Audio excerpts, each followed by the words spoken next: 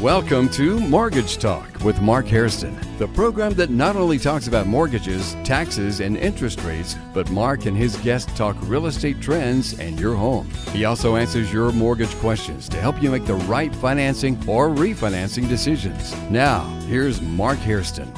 Okay, we are live. We are live. Welcome everybody back to our show called Mortgage Talk with Mark Hairston, and I am your host, Mark Hairston. My company is Texas Mortgage Source, and I have a very special guest today, Leanna Borsellino, who is my marketing partner and head of all my social media and all my video marketing, et cetera, et cetera. So we're going to do something kind of special. Actually, over the next couple weeks, I put together several questions that are very, very frequently asked questions when it comes to mortgage financing and how to get a home loan and what loans are best for me, blah, blah, blah. And we wanted to kind of spend some time today and then next week kind of wrapping up that. I just think it'd be a good thing to do in this market because people are kind of nervous and they're holding back a little bit. I'm just trying to give them some peace of mind that we can help them. So let's kind of talk, first of all, a little bit about our trip. She and I and my wife went out to Vegas this past week to see a conference. And it wasn't a mortgage conference. When normally what I go see over the years is mortgage conference, sales, marketing, things like that. And it was called Forward. And share a little bit about what you learned. Well, first off, I'd like to say that this conference was probably one of the most profound and impactful conferences I've ever been to. It was very moving, considering it was, centered around real estate and selling and all that types of stuff. But I probably cried close to a dozen times throughout the conference, and I had never had that type of an experience before. But all of the speakers were incredible, very motivational. I had an outstanding time, and I was just ready to hit the road running right when we got back. I was ready to hit the road before we even got back, and I was just so highly motivated with all these, very, very successful people in real estate and how they use their social media and their platforms and how they work with their clients.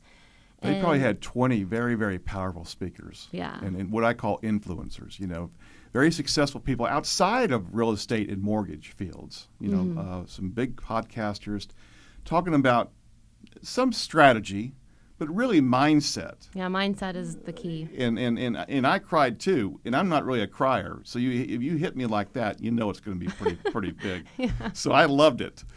But anyway, let's get to work here a little bit. Let's start with some questions, and hopefully I can answer them. Yeah, we're going to talk a little bit about mortgage loans, and this is actually a very interesting topic for me as well because, as Mark is aware, starting next year, sometime in the spring, I need to pull some equity out of my home that I have. I am a homeowner, and I need to pull some of the equity out. I don't want to sell my house. Right. I think that would be a foolish thing for me to do. So my goal is actually to pull some money out and hopefully rent out my current home or continue to live there and buy a second home and rent that second home out. And I just want to know what the options are available to me and the best way that I can to kind of, essentially keep my mortgage payments basically the same. Kind of where they are. Yeah, I'd like them to remain as close to that as possible. Sure. So, well, let's get started. Yeah. We can learn something together. So first question is, Mark, tell me what types of mortgage loans are available. Well, there's lots and lots of types of mortgage loans available because after the housing crash of 2008, 2009, the government sort of stepped in with some certain rules. And most of the loans are under this category called QM or qualified mortgages. Those are your traditional conventional financing, FHA loans, VA loans, USDA loans, things like that, which is most of the market. Probably 80 to 90% of the business is in this QM world, and there's certain rules that we have to go by and certain guidelines and qualifying guidelines that we use. The other part of that is what they call non-QM loans. Non-QM means non-qualified mortgages, which means the agencies that are formed by the government will not purchase these loans directly.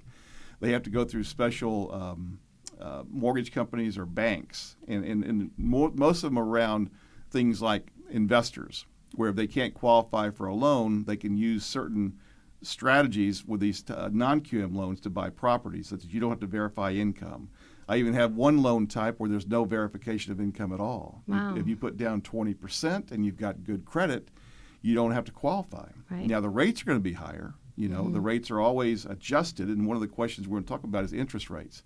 interest rates are all over the board. Obviously they're high compared to 2 years ago, but even within any marketplace, they're going to be from, let's say today, from 6.5 to maybe 9.5, depending on your qualification. Right, absolutely. I guess the next question leading into that is, what is the current interest rate for mortgages?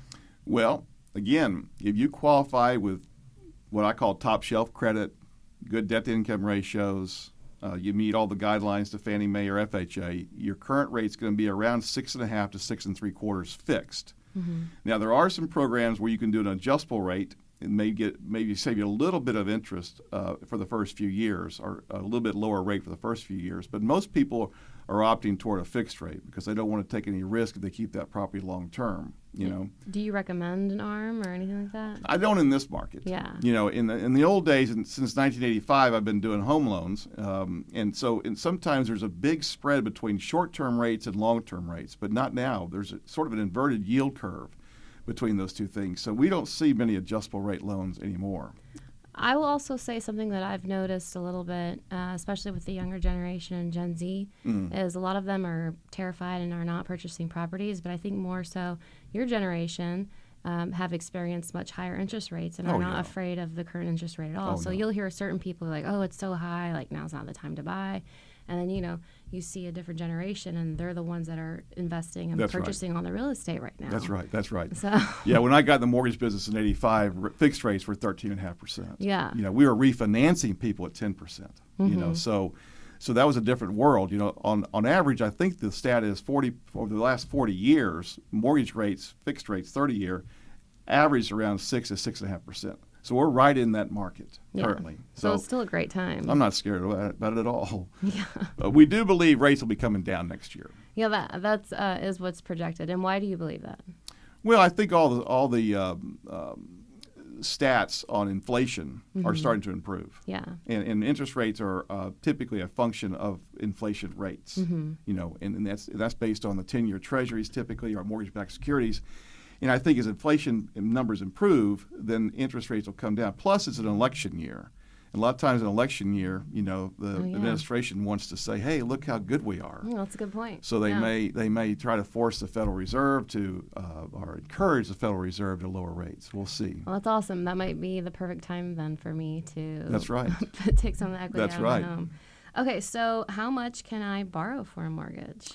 Well, that's a question I get every day, just about, And it's a fairly simple formula. And the formula, at least in what they call the agency sort of business, which we're talking about the better interest rates, the qualifying type of loans, what we do is there's a factor called debt to income. Mm-hmm. And there's three primary factors that go into mortgage rates. Number one is credit score.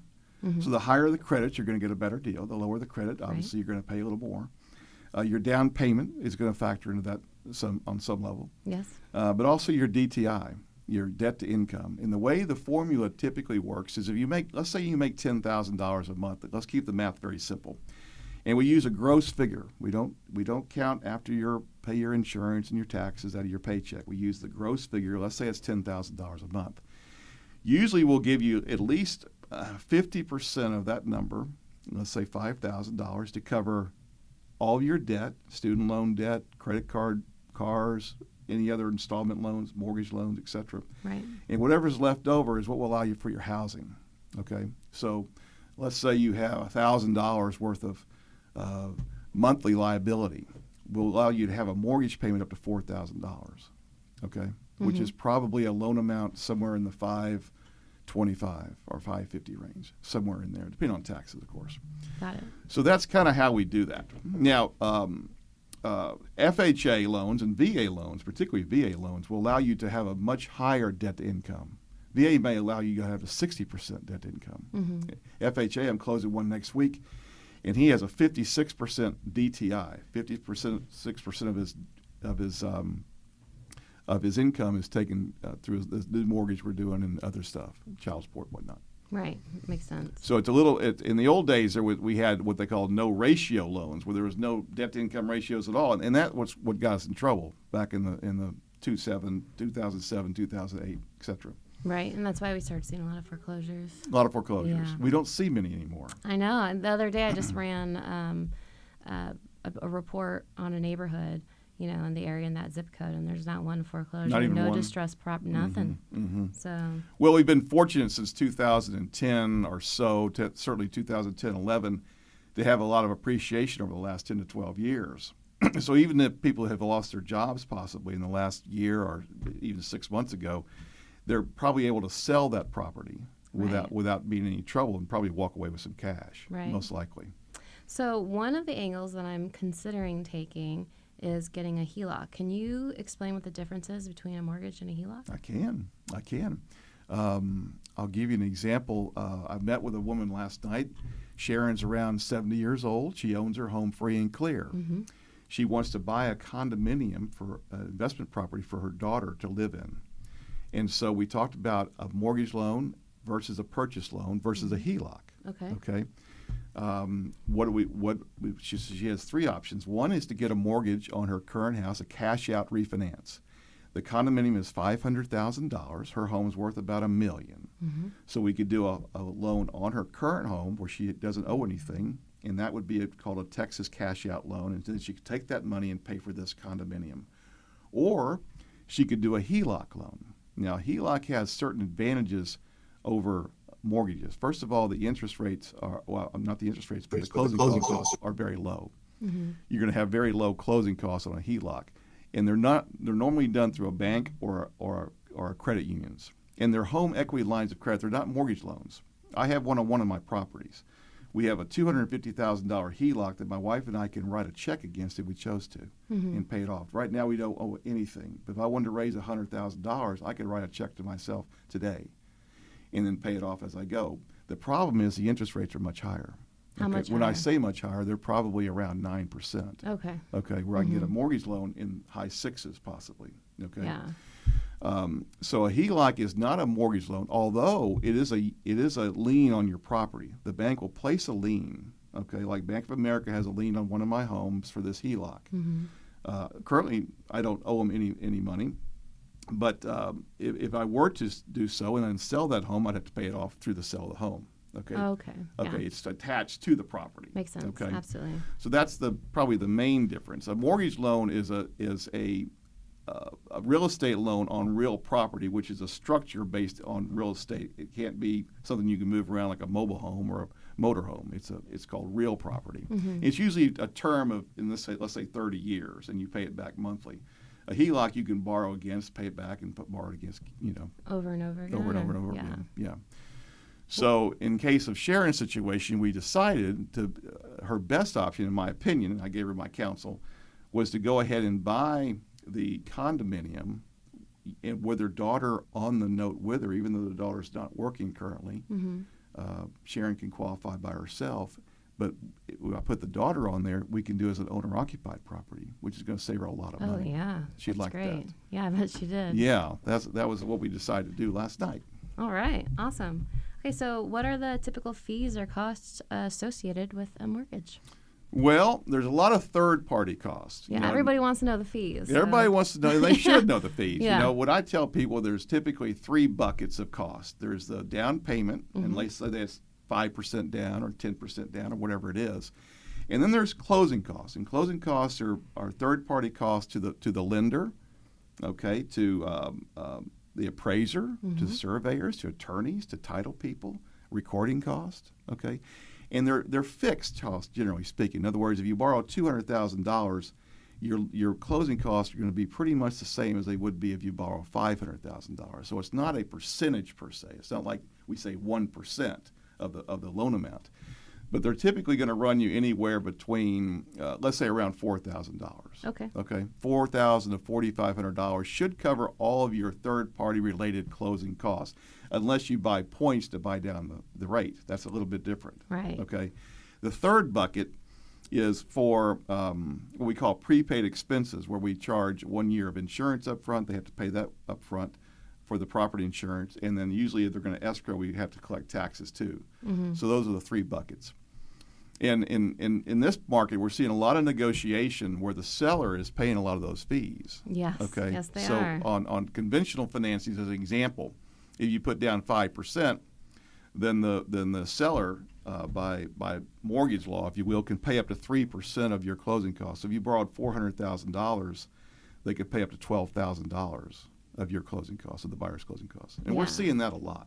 Yeah, actually, I just had a deal not too long ago where I got my clients 18 acres, $700,000 property, but they needed a lower interest rate. And so we actually got the seller to pay $30,000. Wow. Towards their the closing costs. I know, it was amazing. It just land? No, there's a home on the property, and a barn, and all sorts of things. Okay. So, but it was a great deal. So, That is a great deal. This is the time to do that, though, you know? So, it is. Can't be afraid to ask. They didn't think that we'd be able to get it, and I was like, well, we can ask, and we asked, and lo and behold, ask and ye shall receive. That's called negotiation. We're seeing a lot of that with new home builders, too, because they have inventory they got to get rid of. Oh, yeah, they're desperate. So they're a little more motivated to participate in some sort of seller-paid either buy downs or the interest rates or closing costs. So I actually just had someone reach out to me on my TikTok channel, and they're very interested in purchasing a home in the state of Texas. They currently live in California. And so I gave them some referrals and who to talk to get approved for a mortgage loan.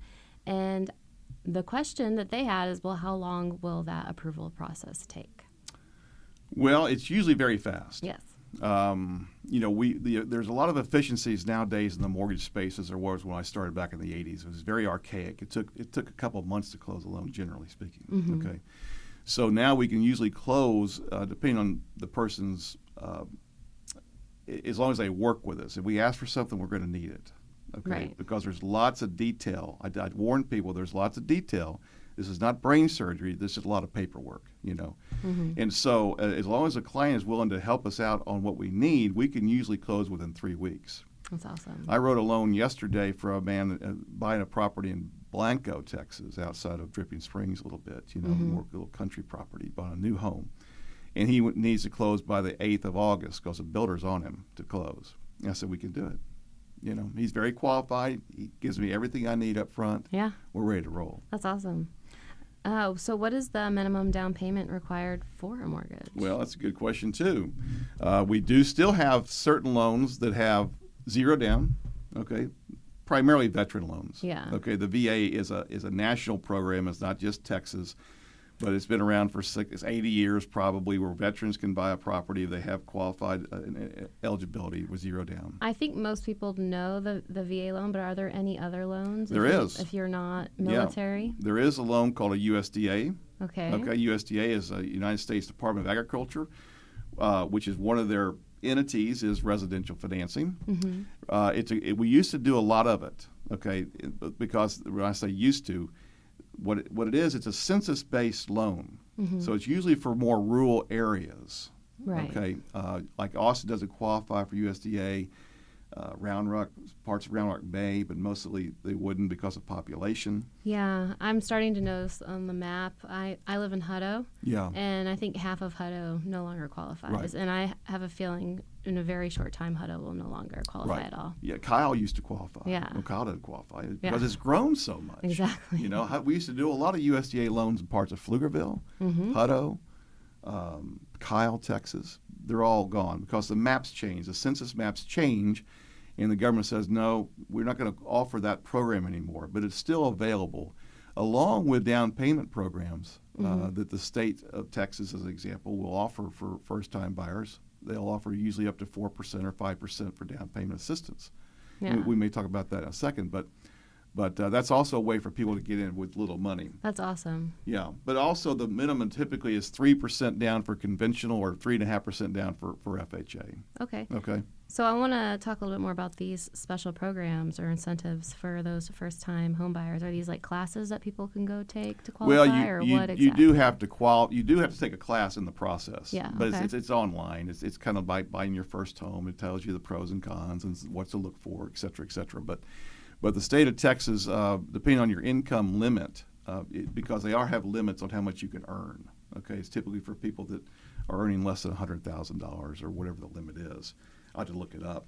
But the state of Texas will offer grant money, so you don't have to pay it back, which is nice. No, that is pretty nice. It's very nice. And so first-time buyers are starting to become a bigger part of this market. They're starting to say, hey, I'm tired of paying rent in this apartment at $2,000 a month. I could pay a little bit more for a mortgage loan. So about half our clients right now are first-time buyers. Now, what qualifies a first-time home buyer exactly? Okay, first-time buyer is defined as anybody who's never owned a home before, ever, or hasn't owned a primary residence in 3 years. 3 years. 3 years. Okay. I knew there was a cutoff, like you could have owned a home, but you can become a first-time home buyer after X amount of years. So that number is 3. That's number 3. Because Okay. I'm doing a loan from a man who sold a home about 5 years ago. He's owned a home before, but it's been about 5 years. So he qualifies as a first-time buyer. Okay. Another question is, are there any potential penalties or anything like that if you pay off your mortgage early? Generally not. I'd say all the QM loans that we kind of talked about up front do not have any penalties. Generally. So is there sometimes There are some in these what they call the non-QM loans. Okay. Typically those investors, those who make those loans, will put either a 2 to 3 or maybe a 5-year penalty on those. So if you pay them off, they're a little riskier loans for the lenders. So they're saying, well, if you pay us, we want to, first of all, higher interest rates, number one, and we'll also most likely have a penalty if you pay it off early. That's amazing. It could be 6 months of interest or something like that. You wouldn't think that you get a penalty for trying to stay ahead of your finances. I know. That's wild. So people need to be aware of that. Yes. Okay. Don't be too aggressive. That's right. So, I have 3 mortgages here in Austin, and I prepay all of them a little bit each month. Yeah. Sometimes if I have a good month, I may write a bigger check. Otherwise, I'll kind of pay them down faster and without penalty. Okay, so what factors would determine my eligibility for a mortgage? Especially next year, what I want to do? Well, okay. I tell people everything we do for the most part is based on a 2-year look back. Mm-hmm. Okay, we look back at 2 years of your job history, number one. And we like to see people that are in the same line of work, most likely. If you're an engineer, we want you to be an engineer. Right. We don't care how many jobs you had. We just want you to be in the same line of work. Got it. Now, for young people graduating, I'm doing a loan now for a PhD. He just graduated from UT with a PhD and got a nice job. Yeah. He doesn't have work history per se, but he has an engineering degree with a PhD, and he's going into some sort of software work So that all comes together as a good formula for him. Really? So he can he'll qualify in 1 month. Really? Yeah. Even though he doesn't have that 2-year work That's history? right, because of his education. Wow. Okay. Yeah. So first thing is around income. Now, for self-employed, it's a little more complicated. Yeah, so that's what I am. I'm self-employed since I'm a realtor. Right. So, and that's why I have to wait the 2 years because I didn't get my license until last year. That's and right. So that is why I'm waiting for 2 years. Any self-employed borrower needs to wait 2 years. Yeah.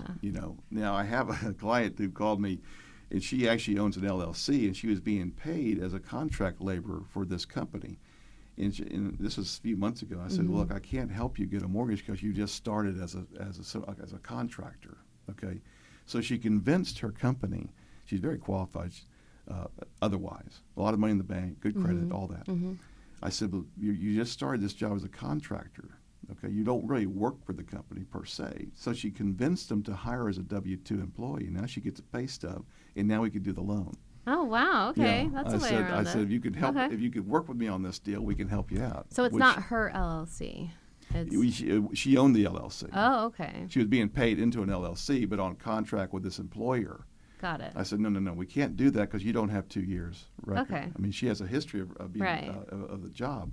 I said, here's a strategy, and she made it work, and we're writing that deal up. I like that strategy. I like it That's too. That's a pretty nice Now strategy. the employer has to agree to that. Yeah. Which they did because course. apparently she's very valuable. It would be in their best interest to agree to that. That's right. I would think. That's right. So that was a good strategy. awesome. Okay, well, I think we're pretty much through these list of questions for today, and we'll have a part 2 next time.